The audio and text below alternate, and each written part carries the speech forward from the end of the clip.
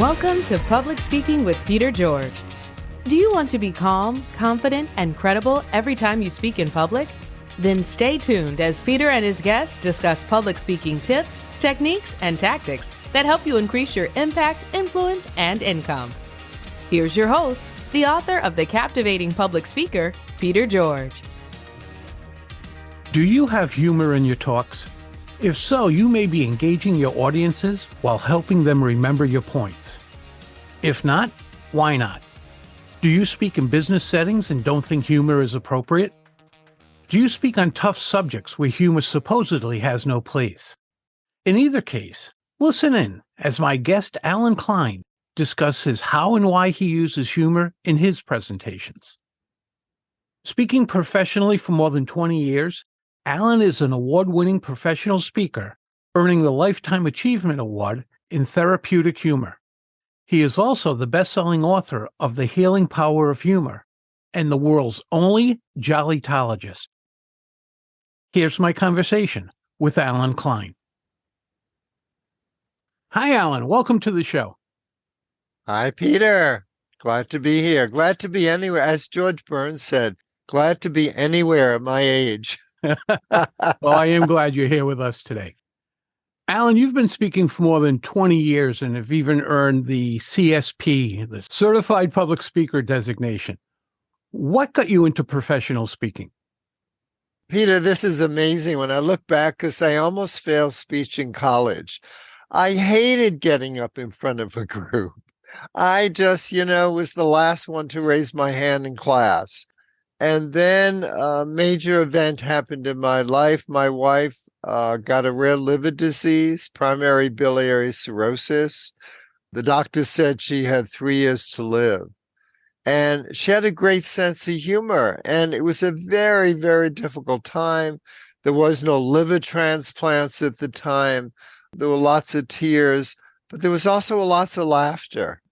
One of the reasons we were still married, we'd tell each other, is because we made each other laugh. And so that was a bonding, a wonderful element in our life. And, there were tears during those 3 years, but there was still laughter. And after Ellen died, I realized how valuable that laughter was. Give you one example.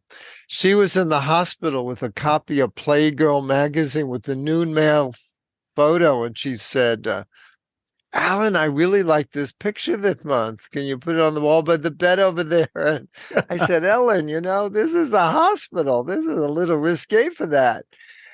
And she said, well, maybe you're right. She said, why don't you get a leaf from the plant over there and cover up that part?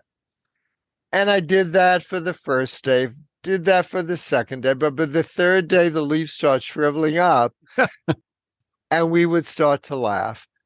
And I realized, Peter, looking back, it wasn't a lot of laughter. It was 5 or 10 seconds, but it helped us rise above the situation, gave us a reprieve, gave us a perspective that humor always gives you when you can find it. And so I had a business in San Francisco. I went back to school to learn about humor and got a master's degree in human development, and my thesis was The Healing Power of Humor, which became my first book, although the writing was very different. That's a great story about your wife, and humor does add a lot to our lives and helps us get through difficult times. Right. Yeah. And so that's what I wrote about, and was my first book. Interesting thing about the book is the title was originally Learning to Laugh When You Feel Like Crying. And my editor said, Allen, never change that title. That is a New York Times best-selling title. And then she left the company and got a new editor, and the sales were not as great as they wanted for the healing, for learning to laugh when you feel like crying. So they changed it to The Healing Power of Humor. Would it have been different had we kept the original title? I don't know. Healing Power of Humor has sold, I don't know how many copies, but it's in over a 40th printing and a 9th or 11th, something like that, foreign language. So who knows? I can't go back, but I'm very happy that it has helped so many people in their life. It's quite an accomplishment, 40 printings. Yeah. More than that, they don't tell me anymore how many printings, so I can't tell. How did you get over that reluctance or that fear of public speaking? Well, I realized I had a message to share that humor could help us get through almost anything. And I just had this passion to share that message because from it helped me in my own life. And I saw people were suffering all around me or losing a loved one, and I wanted to share with them how humor helped me. And so having the book out was one way, but a more powerful way was one-to-one with people, being on a stage or a workshop, a keynote, talking to them. And so I came up. The funny thing is, Peter, my very first program, I thought, well, if I want to share this, I wrote to several schools in my area and I said I had an all-day workshop on the power of humor, therapeutic power of humor. I did not have an all-day workshop. I had, I don't know, maybe a couple of hours, but a couple of the colleges hired me. So I had to come up with the all-day workshop. And then nurses, particularly in the workshop, said, can you come and, we're really stressed out. Can you come and speak to us?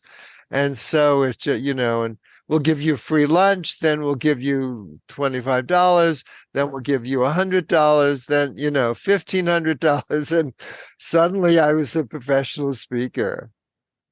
Now, that's how you got over it. What suggestions do you have for my listeners to help them get over the fear of public speaking? I'd say focus on your material, and have the fear and do it anyhow. I had such passion to share this message that I just had to put the fear in the background and do it anyhow. And the other thing that helped me was Barbra Streisand. You go, Barbra Streisand help you? Well, she did not do a live performance for 20 years.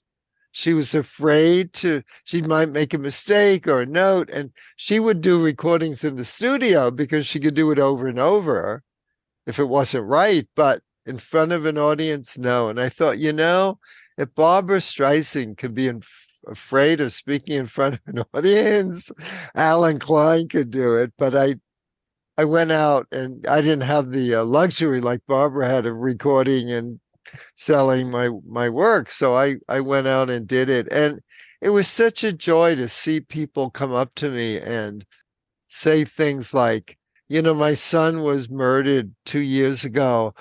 I haven't laughed for 2 years. Thank you for being here. And it just, it just warmed my heart. And so I just kept doing it. That's going to be a fantastic feeling. Yeah. Knowing that you helped someone who went through such tragedy. One story I'd like to share is I got a phone call, asked to do an all-weekend workshop with burn survivors. And I thought, Allen, you're not a burn survivor. How could you teach people how to lighten up this horrendous experience that they've been through? And she told me the meeting plan. I said, there'd be people maybe in the audience without arms, without a nose, their skin all burnt. And I thought, how am I going to look at these people all weekend and bring some lightness to their life? And it was the best weekend workshop I have ever done. And they taught me how to lighten up. One example, I gave an exercise where they got in small groups and they came up with a 60-second commercial of what it was like to be a burn survivor. And this one man had not said one word throughout the whole workshop except for his name when we were asking for people's names. But all of a sudden, he got up and he did a song and dance about BURN, what it was like to be a burn survivor. I mean, he brought the house down. There was such joy and such amazing energy in that room. And, it was like a breakthrough for him to do this. And I thought, I wasn't going to do this. I was going to say I can't do this weekend. And here it was. That's just one story, by the way, of the weekend. It was just magical. And I thought, I think I said yes to it because I thought they could have asked anyone else in the therapeutic humor field, and they asked me. And I thought some higher power drew them to me, and I've got to say yes. And I am so glad I did. Yeah, how can you say no to that? Yeah. Do you have any funny speaking stories from either ones you share or from the perspective of the audience? The audience didn't know this, but when I look, I wasn't funny at the time, but in hindsight, you look back and there's funny experiences. So it was the Grand Ole Opry Ballroom. There were 1,500 people in the audience. I thought it's such a big stage and stuff. I don't want to just walk up the steps or come out from the side. I want to make more of a grand entrance. So they had this beautiful white curtain, and I thought, I'm going to go behind the curtain, and the middle of the curtain had a split, and I'll just, make a grand entrance, right? So they announce me, they give my bio, and I cannot find the opening. I go 4 feet this way, 3 feet this way. I cannot find the opening. It probably was only a minute, but it seemed like 10 minutes to me. And I finally found it, but I start chuckling of, you never know what's going to happen when you're on stage, was one. And two, I should have tested it before, I went on. But I started to laugh in hindsight at it. And I also thought, wow, maybe I should have crawled under the curtain, So the funny thing, if it ever happened again, this is what I would do.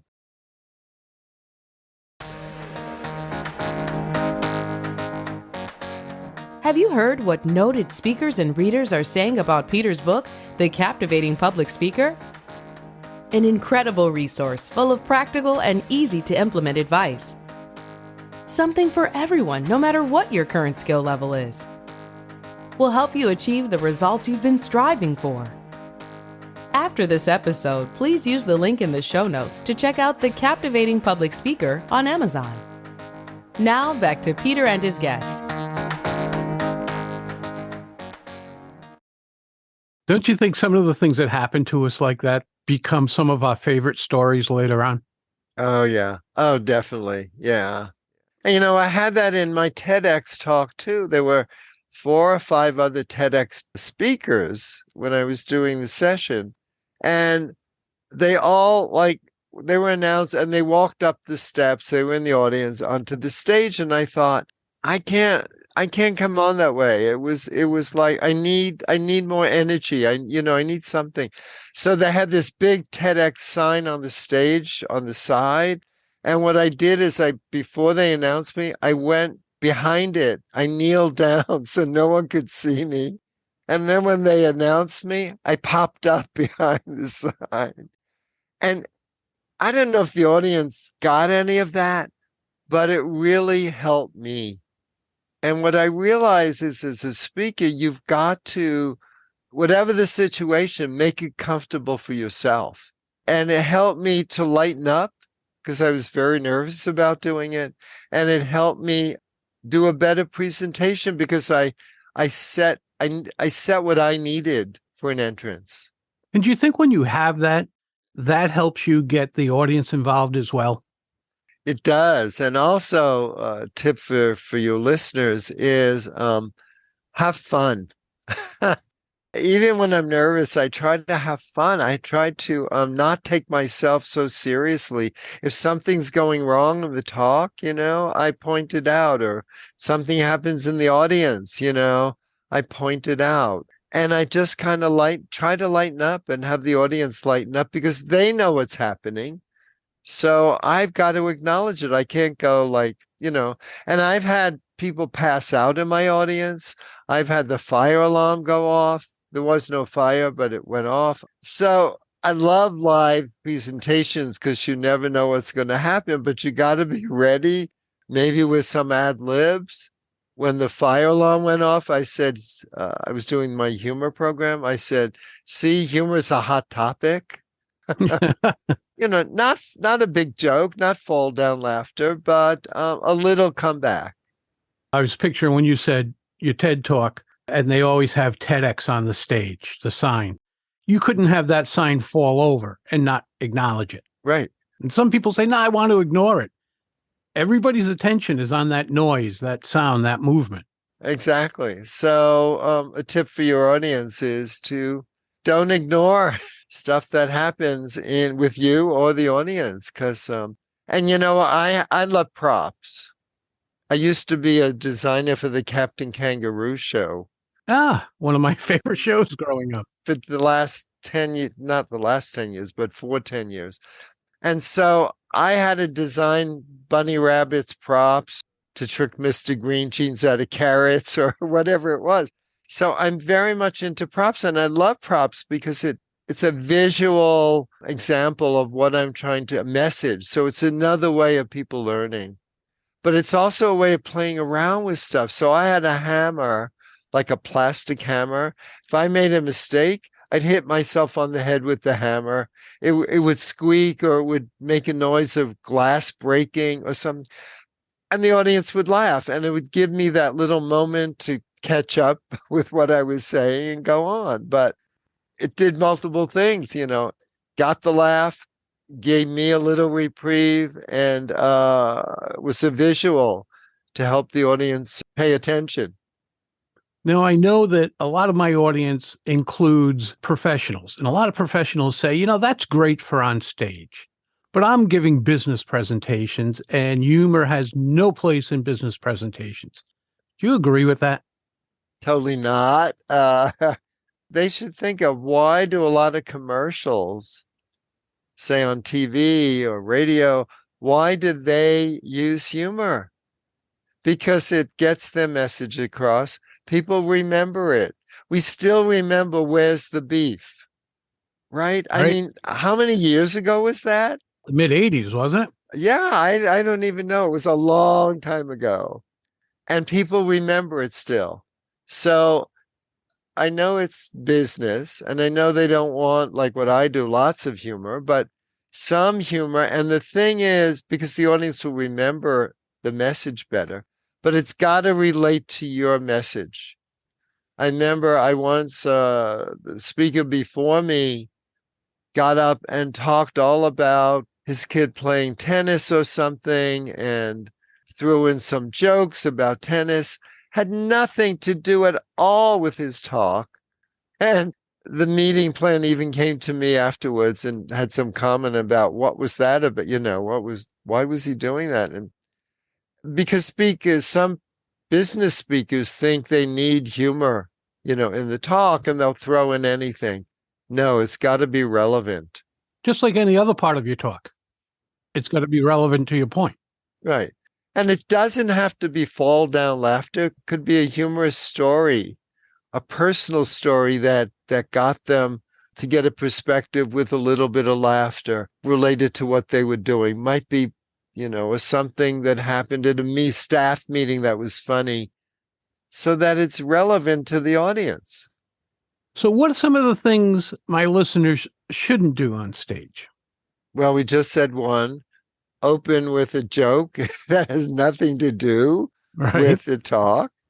Brag about themselves. I've seen speakers that are so over themselves that it's just turns the audience off. More like what they should do is, and I know it's hard, is to be themselves. And here's one thing that I learned way at the beginning. I was doing all-day workshops, and I would have this stack of papers of material I wanted to get across in 8 hours. And as it was getting closer to the end, I kept speeding up because I didn't get all the material in that I wanted to say. And then I realized the audience has no idea what I was going to say. No.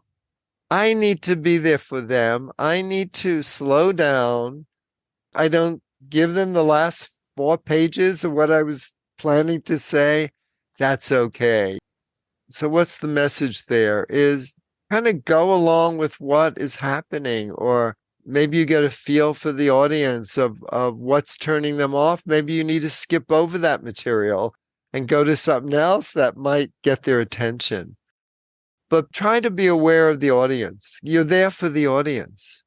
That's key. I think so many of us worry about ourselves, always about the audience.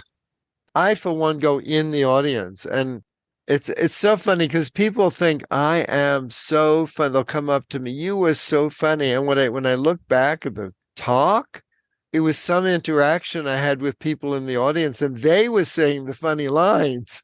I was just kind of the conduit to get it out of them. But the interaction between us was funny. And so if you can, I know some speakers can't, but go in the audience and be with them, even if you're just talking and not interacting with them. I find that's very effective to be right with the people you're speaking, like eye to eye with who you're speaking to. That proximity can mean a lot to people. Oh, yeah. And, a lot of people like to sit in the back row. So sometimes I fool them and I walk down way in the back row. When you were explaining being in the audience, and sometimes you look back at the video and it's the audience who was funny, that resonated with me because a lot of people never want to look at their videos. But don't you think that's key to improving? Yes. And even, I would look at my videos at the beginning and I would cringe. Right. But sometimes I cringe and it would be a great lesson. Don't do that. Or that was a great moment. You can use that in your next talk. Often with my interaction with the audience, I would forget what happened or exactly what happened or the words or why was that funny? And so seeing the video, if it was really good, I could, as I just said, use it in another program. And the video is from the audience's perspective, which we don't get to see unless we watch that video. Right. Yeah. So I've learned a lot from, the trouble is now I have so many videos, I don't know what to do with them. That's not a bad thing. Yeah, but I slowly start throwing them out because, how many can you have? When I first started speaking, of course, everything was recorded on VHS way back when.